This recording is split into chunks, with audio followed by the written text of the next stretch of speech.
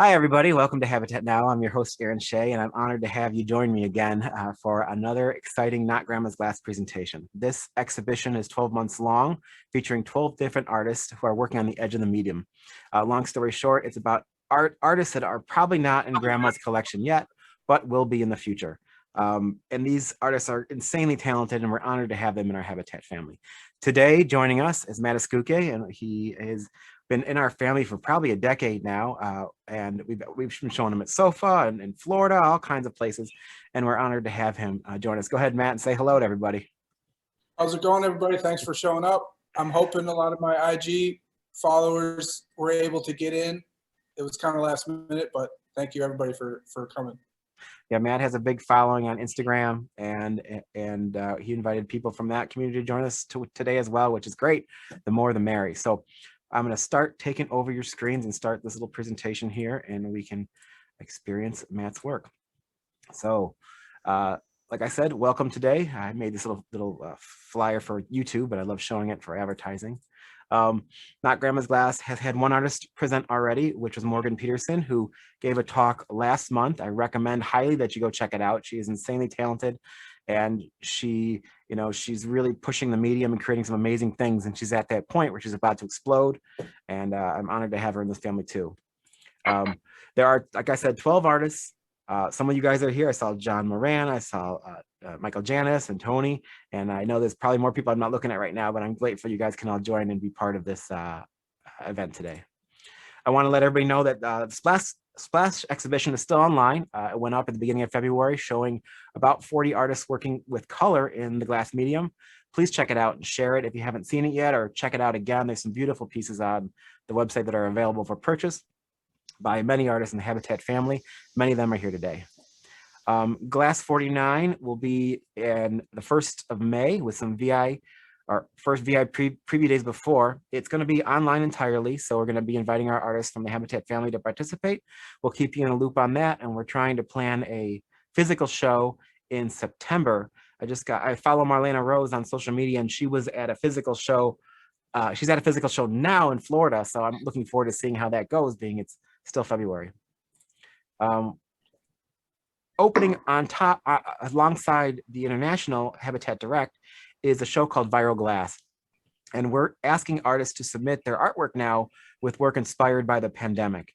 And it should be a very eye-opening experience. And we're looking forward to showing this one as well as our secondary show, showing artists with a very specific topic. And a lot of them are already motivated to create something before we even talk to them. So here we are in Not Grandma's Glass, honored to have Matt Eskuche. We have a very special opportunity for the attendees to raise funds for an important charity. So please stay tuned to the end of the talk. We'll go over that. It's a very, very fun and enlightening and very helpful experience if you're able to participate in any way, shape, or form. So Matt, we welcome you to the show. I'm going to stop sharing my screen now and invite you to start sharing yours. Okay. This always takes a second.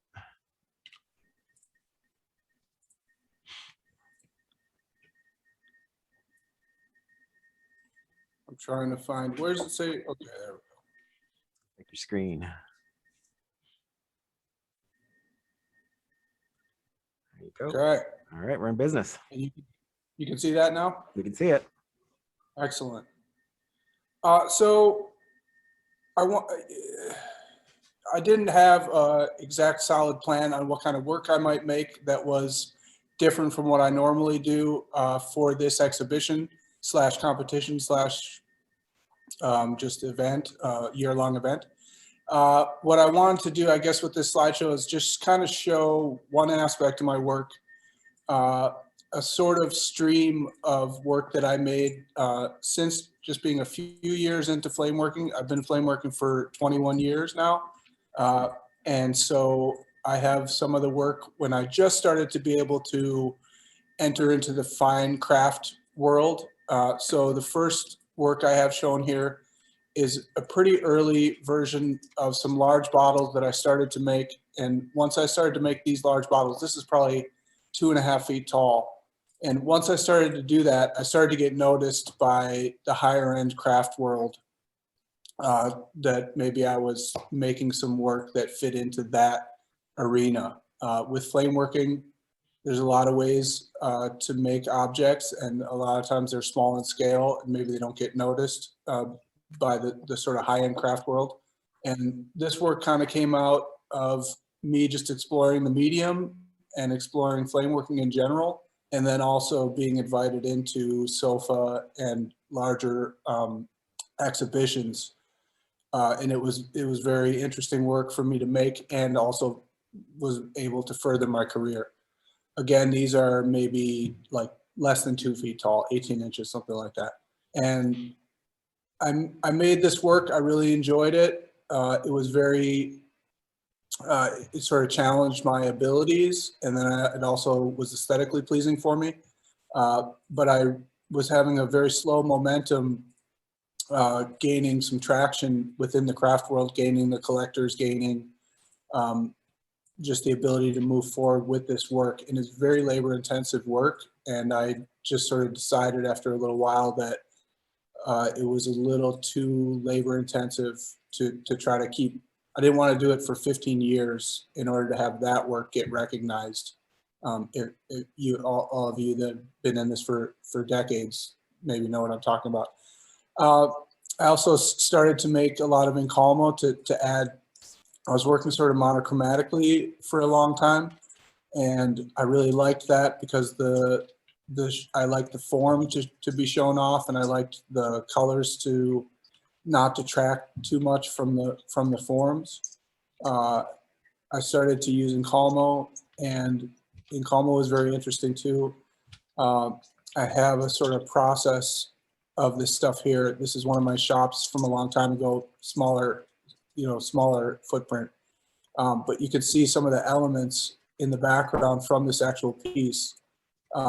And if there's people who are technically interested in hearing about the techniques, I just kind of have these process shots because it shows the smaller elements that I made at individually, and then shows how I'm sort of using those smaller elements to bring a bigger piece. And I actually have this piece with me. And I have a few pieces here and there with me because I kind of wanted to show scale. It's really nice to actually handle these pieces. It's not something that happens too often, but they're very lightweight, and it is actually a perfume bottle. It kind of was just an overgrown perfume bottle. And as I went through the years, I just explored different forms, and this was just sort of like the most I could do at the time. This is 2003 or 4.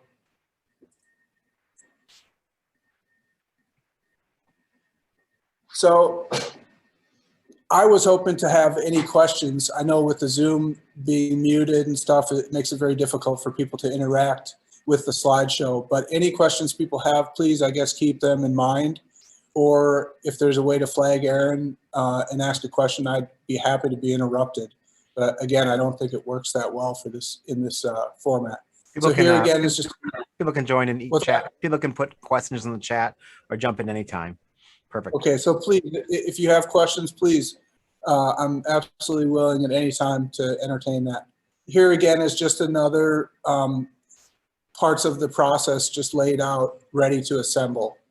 And that's the assembled work from those. And again, you know, for those flame workers out there, that biggest round bubble is like maybe almost 7 inches in diameter.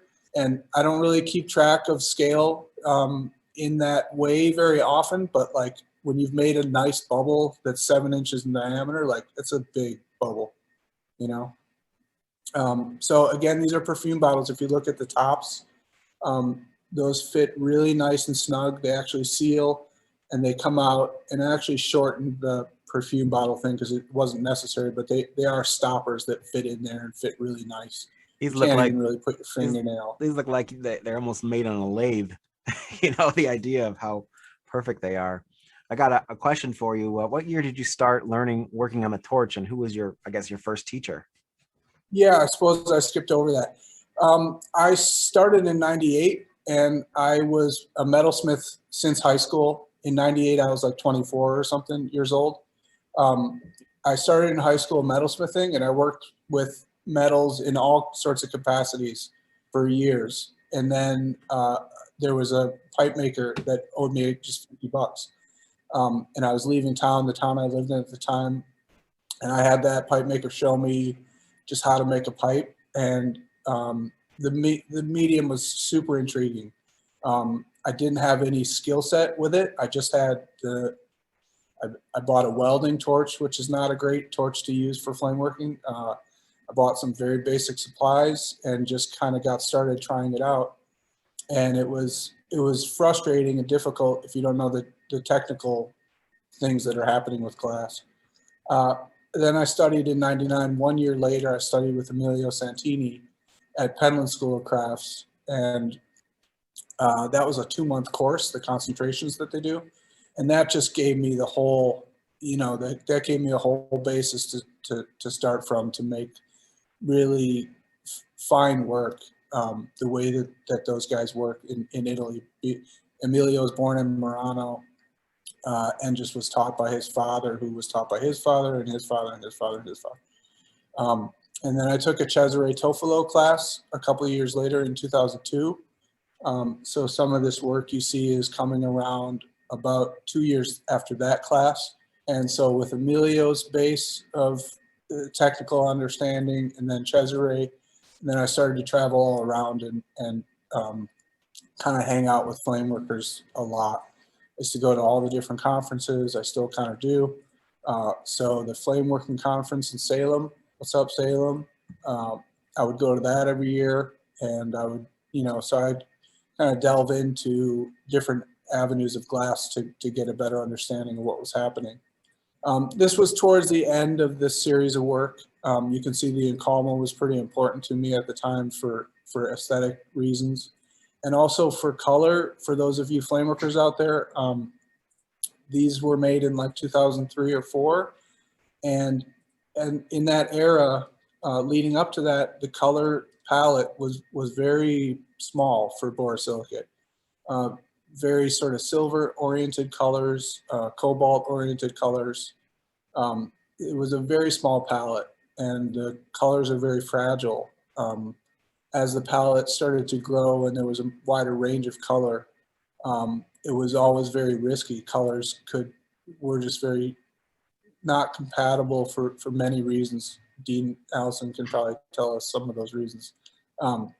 But you can see here some of the color palette was growing, giving me the opportunity to have a wider range of color to work with, which was really nice. In the soft glass world, you've had the palette, really rich palette of color for 100 years or whatever more.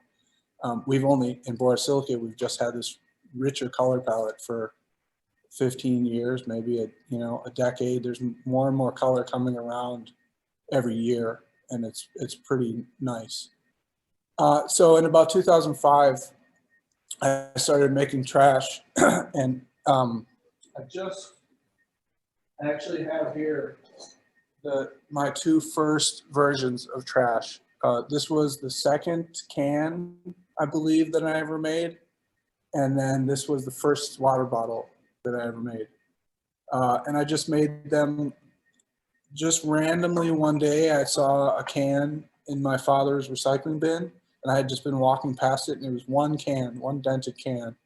And I kept seeing it, and I kept thinking, oh, that'd be cool to make, just to replicate the form. And when I first made that can, which I guess this was the second one I ever made, it just was super interesting to hold it, to look at it, to see what was going on with the different material, how it was sort of odd material for, you're used to seeing that form. So I started to explore the trash, and it really took off. Like people have a really individual way that they look at it, that they understand it. They have lots of different takes on what they feel about it. People are really, it's very unique. Up until that point, I'd made all this work that was very design oriented and color, pattern. And there's about 5 things you can say about this kind of work. It's pretty, I like the color, it's technically nice. And once you get into this kind of work, there's a million different versions of how people think about it. You know who And that told was, who told me about that same story recently about you? I was talking to Paul Stankard, and your good buddy Paul was telling me how impressed he is with your work and how he knew the story of how you got started. It's great. It's great that the stories correlate perfectly. Paul loves this work, I think. Yeah, Yeah. he definitely does. Yeah. So, I mean, that was an aspect that was really intriguing. And also, this work was really interesting because I could make this work where I could use all my skill that I had developed. I needed to develop more skill, in fact, to keep making it. But I had to utilize all the skill and practice and all these techniques to make this work. But then I could make this work that, like, in the end, the technique was not an important part of it. And also, I didn't need to worry about pattern and color and different things. There's no trickery here. There's no big cane work that is super elaborate design style. None of that was necessary. So to be able to make this body work that was just sort of in its form was what was important. And then also in its form, like, I'd get all these reactions like, that's so stupid. Why would you make trash? That's how ugly, or there's no need to make that. Like, it's an object that you just don't even need to make. It's already exists in the world. But so running through some of the history of it, when I first made it, I made it in clear. That was just quick and easy. And then I made it in white later, which this is actually just spray painted white. So I would just make the work. And actually at first I used this like craft stuff that you spray in the corner of your windows to make it look like there's snow in the corner of your window. It's like a craft at Michael's type thing.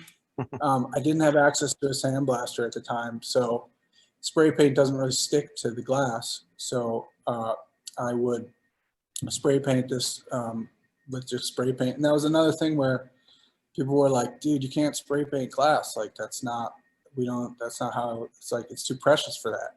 And so for me, it was like, yes, well, I can do whatever I want. Like, if I spray paint it and that's the aesthetic that I'm looking for, then that's what I'm doing, So, and then I oil painted it. The next kind of step was to oil paint. The spray paint was really disastrous, like environmentally kind of thing. To maintain like a spray painting studio was a disaster, and spray paint's a disaster. It didn't coat that well all the time, and there was lots of little problems. But this is actually spray painting it. So this is part of the process, oil paint. I'm sorry if I didn't make that clear. This is oil painted, was the next step that I did. So I would make all the work. This is at Pittsburgh Glass Center. I brought it in, I sandblasted for 9 hours or something like that this one time. And then I would oil paint. And the oil paint, once it's sandblasted, the oil paint sticks to the glass really well, but it needs a couple weeks to dry. So if you see here, I painted 1/2 of the trash. There was not a great way to paint the whole thing at once. Painted 1/2, waited 2 weeks, like covered it so that no dust could attach. Waited 2 weeks, painted the other half, and then I had these groupings of trash that were oil painted. And I didn't really try to play too much with what my this stuff is sort of a still life, right? And it became very natural for me to display it on tables like this. It was just a very natural place to put it. And then when I had the paint on there, the brush stroke, it kind of also related to how it's a still life, because a lot of still life you see is in a painted form. But I wasn't trying to be too I don't really know how that even connects. I just know that there was a brush stroke on it, and that did appeal to me, that there were these objects, but they had a brush stroke, but they're made out of a weird medium. There's just a lot to it that was interesting. Glitching on you? There you go. Hopefully that's not a problem. So there's a little detail of that last piece. And it's just kind of the objects you might have. There's an ashtray with cigarette butts. There's that wine opener. And it's all flame worked. Hmm. I don't use any molds. I should probably mention all that. I don't use molds. I don't know. I'm just using the hand tools and technique and the process that I know to make an object. So I made a bunch of this work. This is funny. This is old enough where I had gotten that title because, you know, there was some data or whatever that said that the average American watches 29 hours of television per week, right? And this is obviously a little bit before internet usage, so that has probably changed Right. drastically. It's been dated by technology, but it's still 29 hours of screens now, right? That's what the idea. Well, it's probably 100 Right. hours. I mean, it's probably 200. We're on the screen right now. Where where'd you get these tables and furniture from to add to these pieces? Yeah, I mean, I would kind of do different things. I would try to buy the most expensive, nicest, most antique piece of furniture I could possibly get. Um, and it ended up being a bit of a problem sometimes too, because this is just like a knockoff of a Chippendale or something like it. It's nothing special. And then we would end up placing these sculptures in people's homes who had much nicer furniture, you know? Mm-hmm. Sometimes they wanted to display it on their own piece of furniture. Sometimes I sort of fought back, like this is kind of the sculpture as it is. It depended what sort of table was with it. So for me, it didn't really matter in the end. It doesn't really matter what these pieces are displayed on these tables because of the sort of the vast difference in quality of the object. Like the trash is just trash. It's throwaway trash. Nobody cares about it. But it's on this very coveted item. So I needed that dynamic. I didn't just use like an IKEA table because that would be fine too. But just to have the dynamic between the sort of super high end, expensive antiquity, and then just the utopia, the whatever, just the piece of trash, the regular. Oh, hang on a sec. Okay. So, hey, Imagine Museum. So this is a piece that Habatat placed for me with Imagine Museum. There was a show I did, which will be in here a little bit later, where I had a tableau of about 250 pieces. And this is 100 of those pieces. I actually leveraged that 250 pieces to send out different groupings to different museum exhibitions for a bunch of years. It was really nice to have that work and keep it and be able to build a tableau and send it out on a shorter notice. And then, so now this one lives permanently at Imagine Museum, which is quite nice. It's an incredible piece. I've set this piece up multiple times back in the day, and just the detail of the time and energy to put a piece of this scale together. And it's interesting to hear that it was part of a large grouping. I didn't know that. Yeah, I mean, I kind of cheated over the years, right? Like if I had an image of a piece, sometimes it stayed exactly like that because I had the quality image. It's quite difficult to take a quality image at the scale of these things, at least for me. So I always had to have professional photographs. So once a piece had an image, I would keep it in general like that. But if I had just a huge mass of this work to draw from, I could build out different sculptures at will. And it was almost always for time's sake. If a museum exhibition came calling, then I could put the work together and get it out. I saved this work for years. I still have a little bit of it, and then Imagine Museum has these 100 pieces, and some of it, whatever. So yeah, so I could draw from a larger grouping.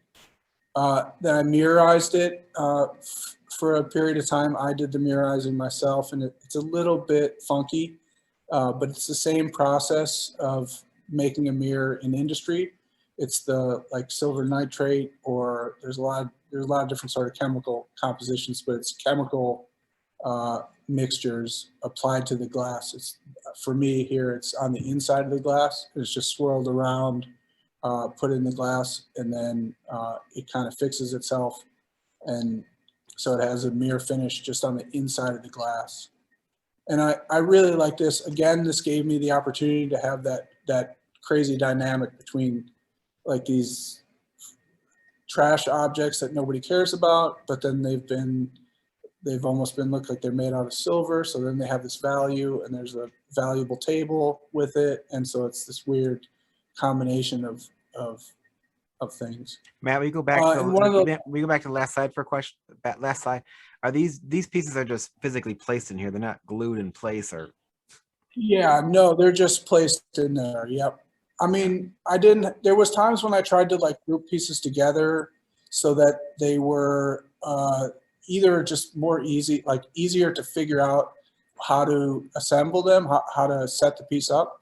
A lot of times I would ship this to a gallery or somewhere, and then it would get set up, and it would be set up a little too like cautiously and not enough like jammed together and sort of falling over each other and sort of precarious.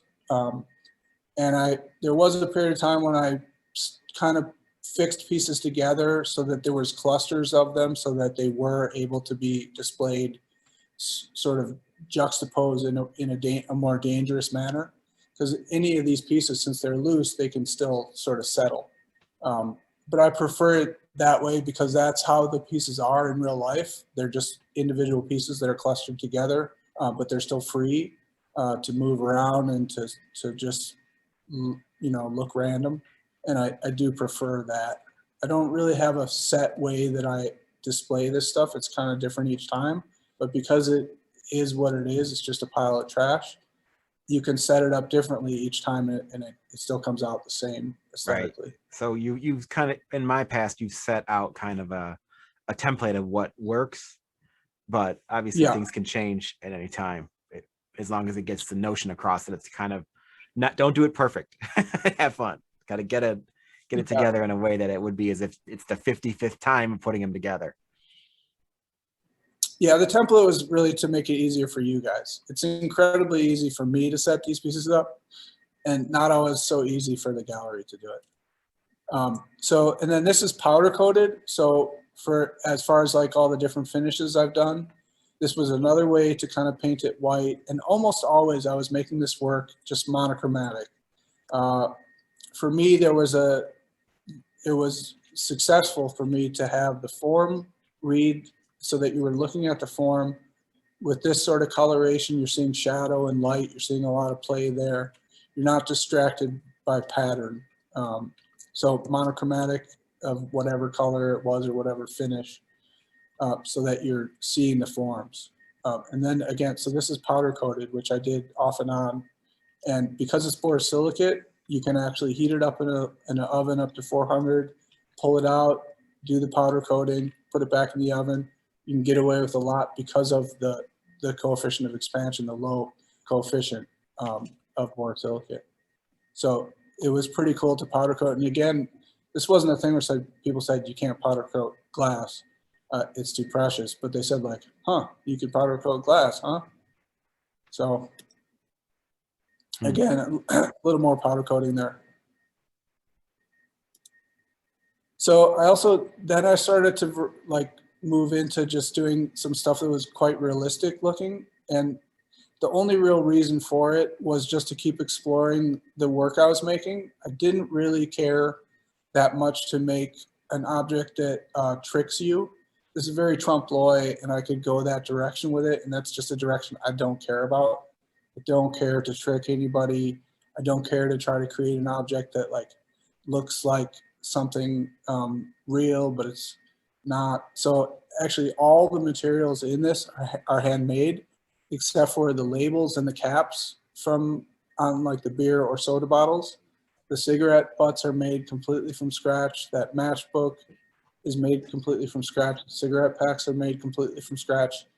Chinese to-go cartons, everything in here is made 100% from scratch. Again, except for the labels and caps. And it was a really fun process. It's sort of unnecessary. Again, I was just exploring making trash, but not for any, I didn't have a real idealistic reason for it. I just wanted to make it. Meg, I got a question for you from the audience. What are the ice cubes made of? They're made out of glass. They're just solid borosilicate. I mean, for all this stuff, I would find the right material that was necessary, like the book of matches. Like I made the staple, I made the cover, I made the matches.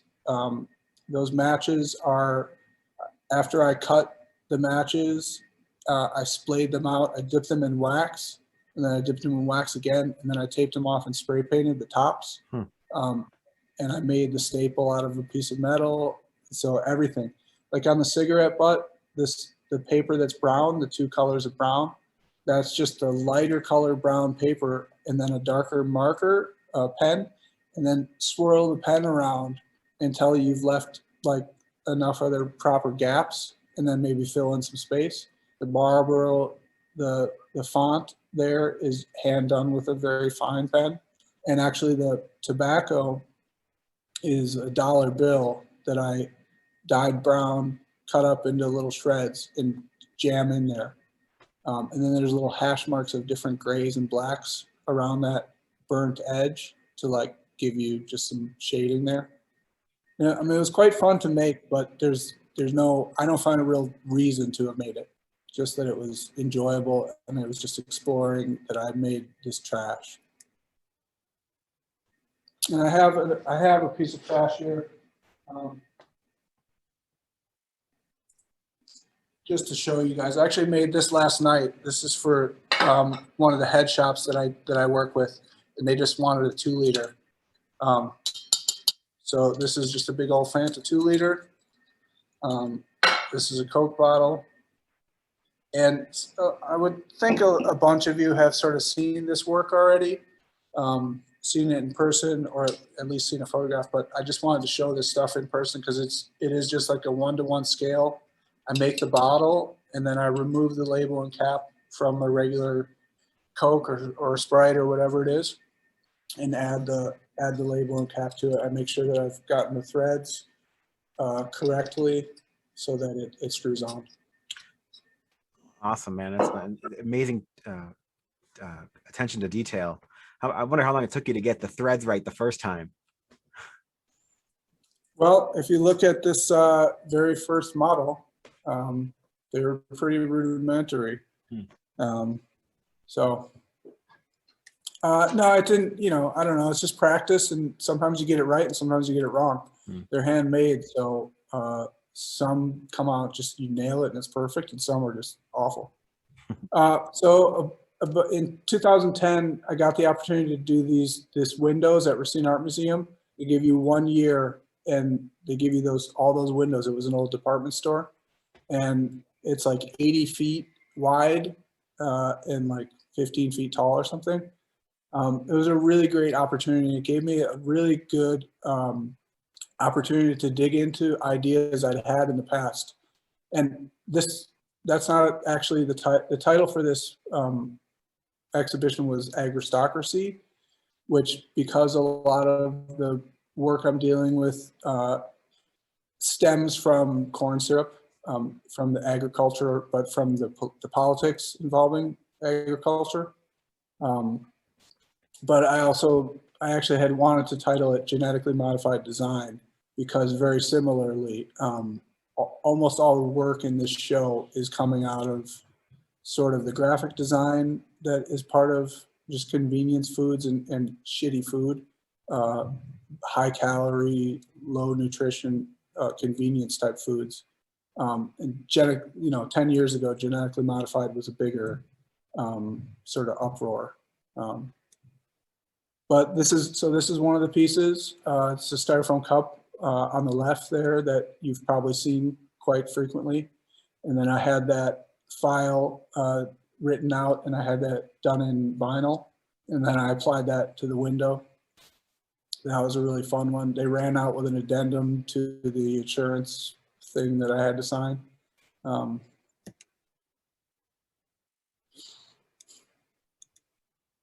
then this is another one where I commissioned this painting. You see the cup on the left is it's a pretty commonplace cup. And then I commissioned a painting of it just absolutely by hand.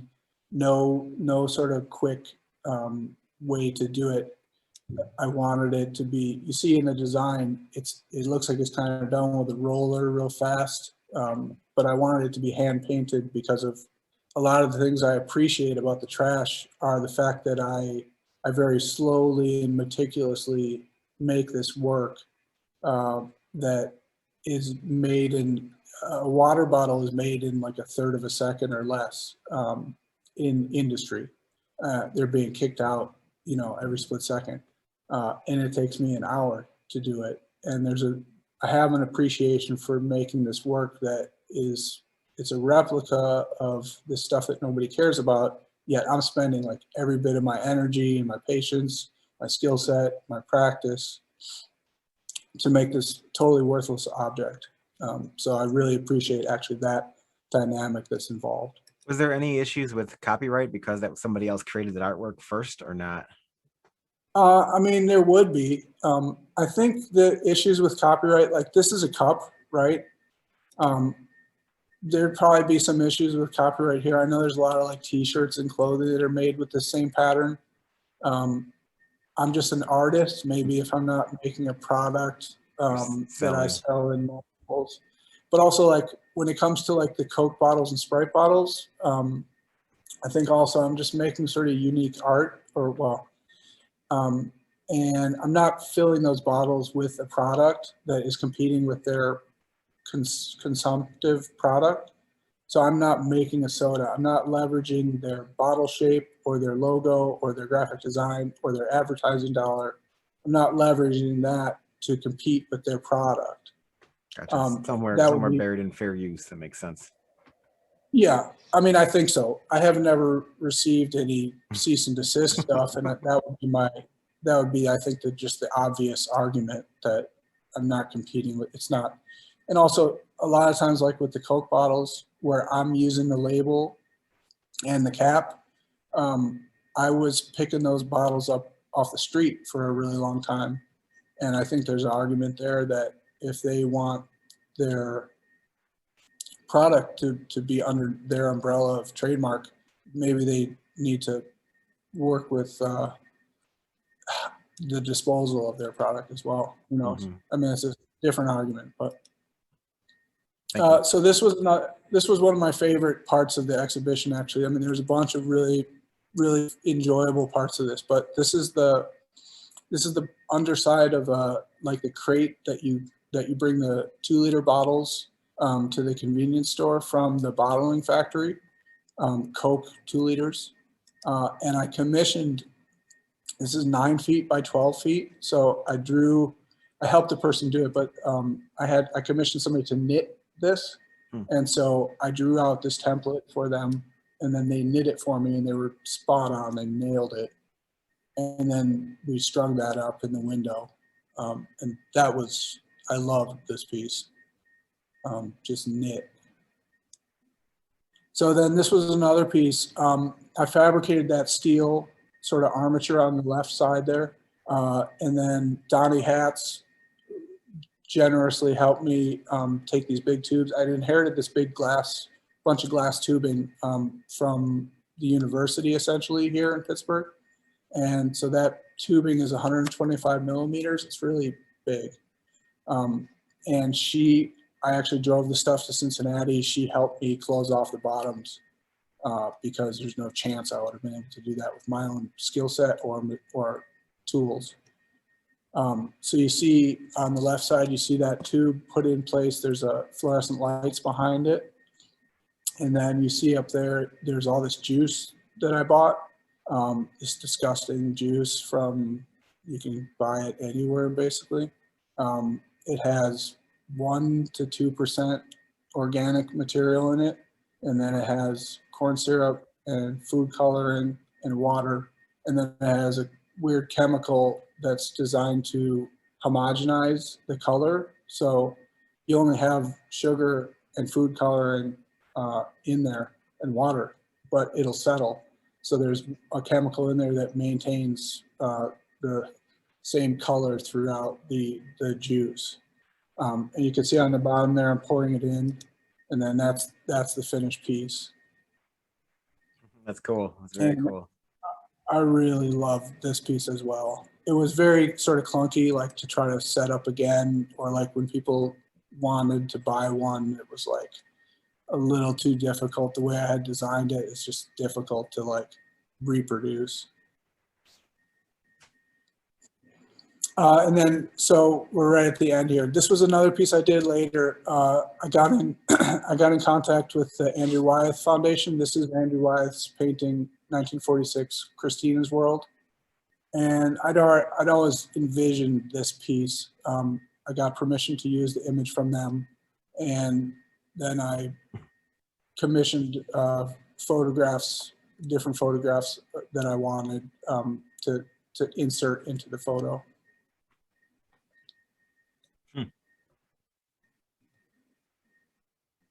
Got a piece of a napkin in the field. Yeah, there's like a little cup actually. And there, I can't see it right now. There's a bag stuck in the fence, trapped in the fence. It's just, you know, it's just a sort of obvious commentary of like the intrusion of these huge corporate, these just monopolistic corporate businesses that just sort of take a lot of footprint. You know, when you're driving on the highway for 15 hours and you get off at the exit, you're happy that there's some food there. But it's the same shit every time, and it's kind of disgusting. Like that McDonald's sign is taken from one of the signs where it's built so tall so that you see it, you know, well before the exit, so you know it's there. But so, yeah, so that's about it for the slideshow. We do have those videos, but maybe we can, if we want to chat with anybody, if anybody's got questions or. And Matt, go ahead and stop sharing your screen right now so we can see everybody. That would be great. And we can see if anybody want any more questions. And I can always jump in here too and take over and talk about the special offering. So let me do that right now because I don't see any questions popping up on the screen. So let me jump in. So Matt and I put together a quick idea of a really great fundraiser for a very important cause. But I'm going to show a couple videos first from Matt that he put together, which are very, very fun. Let me make sure my sound is working. You can experience his work the way he wants you to experience. Do I have audio? Yes. Okay. I can kill the sound if you want. Yeah, kill the sound. Okay. So this was one of the first times I ever did this. If you see in the foreground, right by the trash can, there's a Coke bottle. And this was in like, see that guy almost gets it there. This was in 2006 or 7. It was one of the first times I ever did this. And it's just kind of playing around. It's a Coke bottle. It might be hard for you guys to see that that's what's going on. But I would just put the Coke bottle around, lay it around different places. And it's not a very like odd thing that nobody ever notices it, right? Why would you notice a Coke bottle laying on the ground? It's close enough looking that you wouldn't suspect anything. But it was just kind of, there's several videos right here that just show different times that I laid the Coke bottle out or Sprite bottle for this video. And on this one, it's important to know if it's not too broken up, if you see his face, if you spot that, he's very curious what's going on. Actually, that trash can was absolutely empty. And when he picked it up, it did make us a very quick sound of glass. And he kind of does a head twitch. And then when he throws it away, he's obviously trying to figure out sort of, yeah, thank you, what it actually is. And this is actually one of the times when I felt like a whole like thing just run through my body of like fear, because I had thought that I was gonna like sort of wreck this person's reality, you know. It was just a very quick, slight fear that ran through my body, like, wow, I could just like, you know, it's kind of disturbing.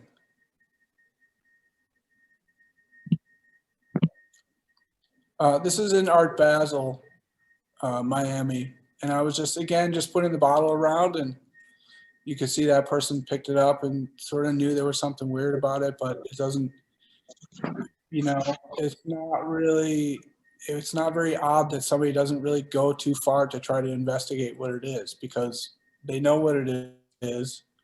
Maybe it's made out of a strange material, but why would you? It's not really part of your thing that you're going to sit there and investigate it. It's just out of your conscious of putting 2 and 2 together. You know, it's not normal.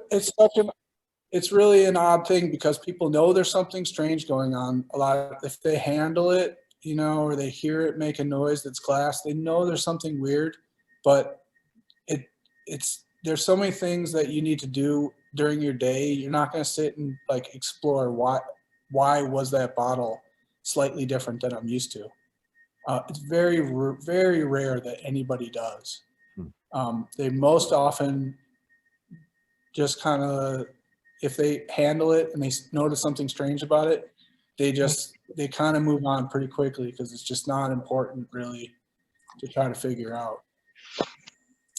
The next couple of videos are actually where there's a little bit of interaction, where I kind of come into place, because somebody has more of an interaction with it. How long ago was this? This was a few years ago. Art Basel was quite a good place to put this. There was one time when I had it on a pedestal, and this boy that was like maybe 9, was like telling his mom, "That's art, that's art, that's art." And she was like, "No, that's trash." And nobody touched it. They were just walking past it. And this boy was like, "That's art, it's art, it's art. I'm telling you, Mom, it's art." And like, I didn't actually hear it on the video till later. And it was great. It was great to have a 9-year-old notice. There's something up with that. Oh. Yeah, so this is just the cleaning staff.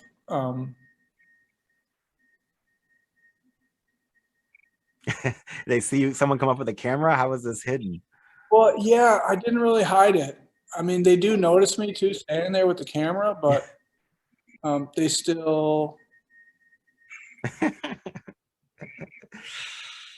It's funny.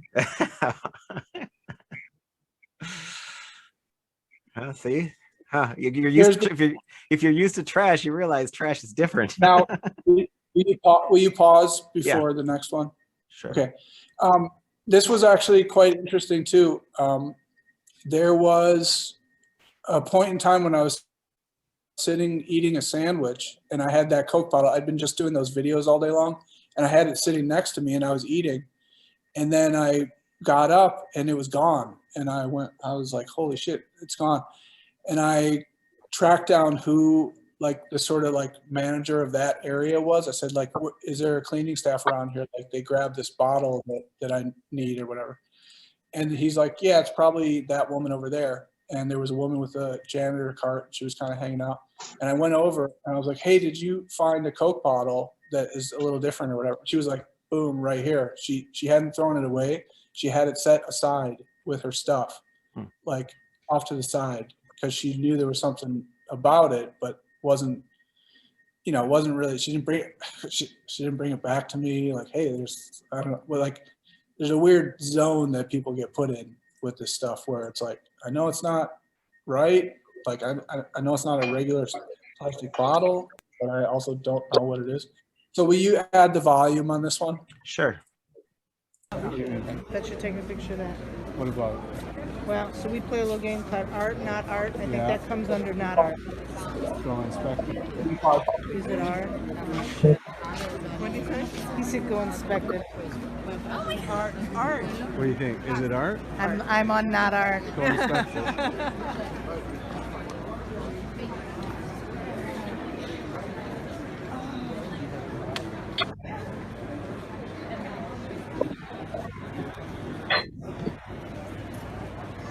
You done? Yeah, I'm done. Right here, right here. No, I'm not. Is there something on that side too? Because we're not recycling? What are you doing? Oh, it's art. I'm not playing this game anymore. I'm not. That's funny. Yeah, so I mean, my video is a bit broken up and stuff, but that was like this woman and her sister, they were saying they were walking around Art Basel and pointing at stuff saying that's art, that's not art, which is a game I think we all play when we're at Art Basel, right? So, and she would, you know, she was with her sister. I said, well, go check it out. Go look at that Coke bottle, you know? So that was a nice one that, where the surprise was, there was a good reveal, you know? Gotcha. All right, let me cue up the next slide. All right. I think that. So we're going to go back into the offering now. Oh, yeah. Let's do that. Yeah. All right. So, Matt, will you tell us a little about crafting in the future? Yeah. So I decided I was trying to figure out something to add into this whole event and process and slideshow and connection with community. And what I decided would be good, Crafting the Future is an organization. It's just a couple of years old, and it's working to expand the ability of Black, Indigenous, people of color to get into the craft world through grants and through scholarships and through promotion of all kinds, really. And so Crafting the Future is right before COVID. They were able to send a few students to different workshops at Penland, and they do some other workshops at Yaya. And so they were able to garner some grant funding from us artists to be able to send these students out to workshops. And then, of course, with COVID, that's not a possibility. So they're working on different grant funding for different students. So for the next couple of weeks, what I'm doing is offering 10 of these small scale sculptures and they're basically this green color, or they could be other colors as well. But a very small scale sculpture like this that is for sale. And then half the proceeds will go to Habatat and and half will go to Crafting the Future for them to keep expanding their ability to send kids to workshops and in general, I think Crafting the Future is trying to fill one gap. There's a lot of programming around where they'll have high school kids. Well, they can encourage them to blow glass and to get involved in craft in different ways. And as those students age out of high school, they're kind of left with not many more opportunities like that. So Crafting the Future is offering this opportunity again to send kids to workshops that are aging out of these high school programs. So it's just one small way to try to help, diversify the field. So clarifying, I just posted the link in the chat, and we'll be posting on a newsletter about this. There are 10 available made to order. Price is $1,600 plus $40 each. You can buy one now. And like Matt said, half the funds is going towards Crafting the Future, supporting this this foundation, which Matt said is newer and definitely needs support by this and beyond. They incorporate 3 large elements and then some smaller elements, and they're uniquely made. So I have just 2 examples of photos that Matt sent me to give you an idea. If you were interested in one of these sculptures, it's great because it helps the community. And I know Matt has a sample behind him. He's going to go grab. I'll spotlight him right now and put him on top of your screens so you can kind of see what he's talking about. There you go. Yeah, so it's just a group. It's just a small group of work. I don't, in general, through this sort of high-end craft world, I offer much larger sculptures. And I don't very commonly offer these like smaller groupings. And it's been a really good benefit actually to be able to have these smaller groupings to offer for auctions, for donations to places. The price point is a lot lower, and it's a little easier for me to make the work in time and send it out and donate it out. So again, these groupings of 3 pieces, and then they'll have like cigarette butts and stuff around them. And I just really encourage people to pick up one of these groupings to benefit Crafting the Future. Yeah, thanks. I got a question. Do you sign these too? Yeah, at least one of the elements would be signed for Okay. sure. That's Yeah. good. So it definitely represents his work, a great opportunity here, which is unique. And I'm glad that, thinking outside the box for this exhibition, it's great to be able to support a foundation like this while supporting the artist and getting the word out there. So I hope everybody considers maybe acquiring one of these 10 limited. Like I said, you can buy one instantly via our checkout system on Habatat Limited. You can see what it looks like here.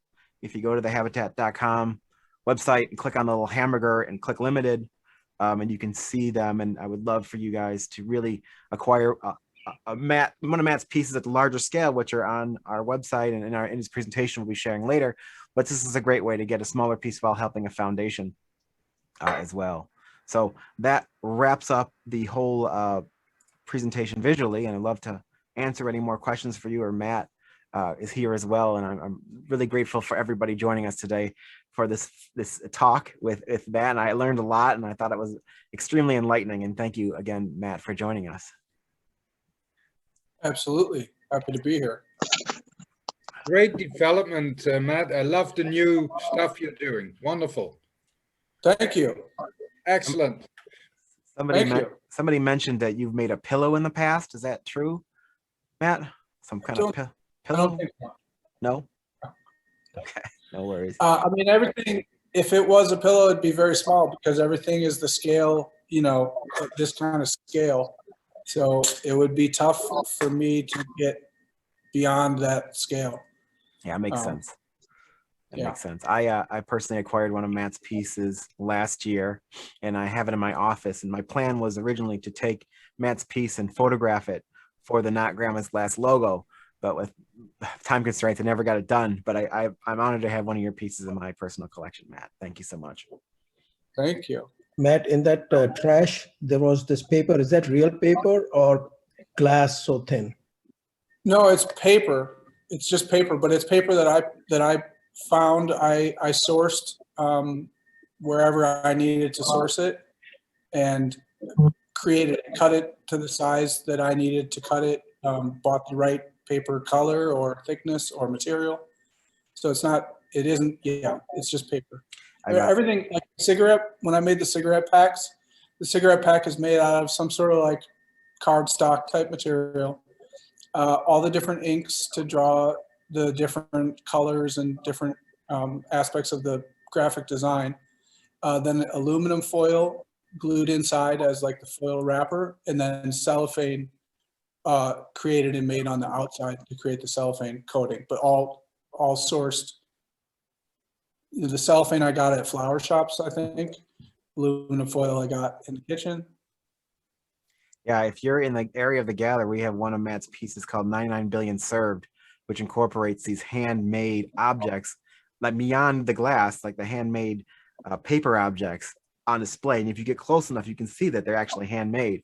From far away, they look like they're manufactured like something you see in a store. But as soon as you come up closer, you realize that he really made, the taco wrappers, and he made the cigarette cartons. It's quite amazing to see in person. It really makes you take a double take. I got a question. Do you have any advice you would give to the Salem students or flame working who are just starting out? I mean, I suppose I'd have a lot of advice. Keep at it. See as much as you can, and not, in glass, in flame work, in glass, in craft, in art, in design, in architecture, in music, in fashion. And go to all the, unfortunately, we're not going to any events, but go to every event you possibly can. Yeah. Meet everybody you possibly can. That's one nice thing about flame working. I've delved into the pipe market. I've delved into the high-end craft market.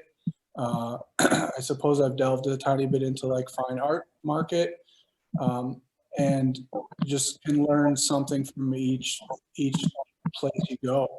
I mean, there's nothing concrete. Just get yourself out there and see everything you can and explore. I mean, I'm sort of technically minded, so I versed myself in every different technique that I could explore, and then there's lots of ways to try to add your sort of own interests and ideas into the work, you leveraging those techniques, but not relying on them solely for the technique. Are you doing any classes or demoing, even though we're all at COVID? Are you doing anything like that? I know you were doing something on Instagram. Yeah, I'm trying to expand my reach as far as demos and teaching, but I don't have a great sort of structure to do it. I do some stuff on Instagram. I've been doing some demos and some live stuff on Instagram. And I'm going to be doing a few podcasts. I think I'm doing Talking Out Your Glass soon. And then there's a lot of smaller sort of startup podcasts that I'm going to probably be doing some interviews and stuff on. Nothing special. I'm kind of trying to ride this out till we can all get back together. I like doing things in person more than trying to figure out what source code I get my password wrong and all that jazz. Yeah, no kidding. Yeah.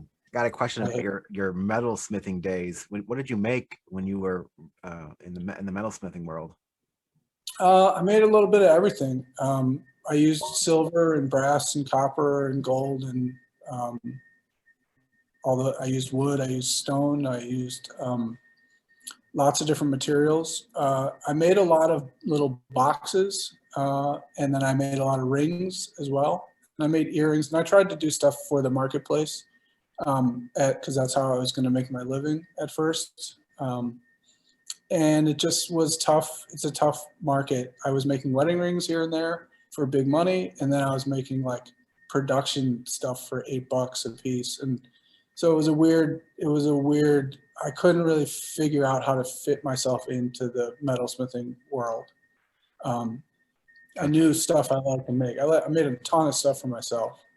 I made a lot of rings and things for myself that I wore. And I made jewelry for people, but just for myself, basically. Gotcha. And then for about experiencing trash, have you like been to places where you've seen different things that have inspired you trash wise, like around the world? Someone asked in the chat if you've been to South America or other places that you kind of gotten more, because you've seen things that inspired you. Cultural trash. I mean,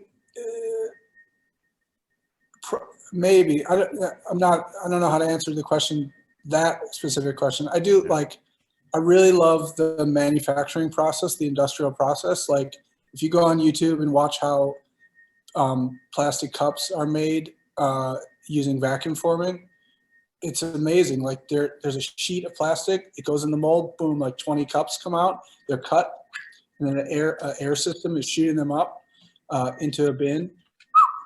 20 cups, 20 cups, 20 cups, 20 cups, 20 cups. I like the industrial process. That's been one thing that I hadn't thought about before making trash, that has been very interesting to learn about as I've gone along since making trash. Gotcha. I follow I've sort of researched every little aspect of it too. I've researched the politics that are involved, regulations that are or are not in place,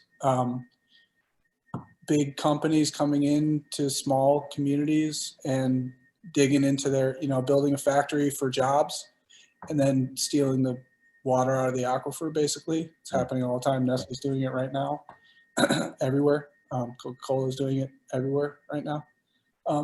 So I follow the politics of it. I follow the life cycle.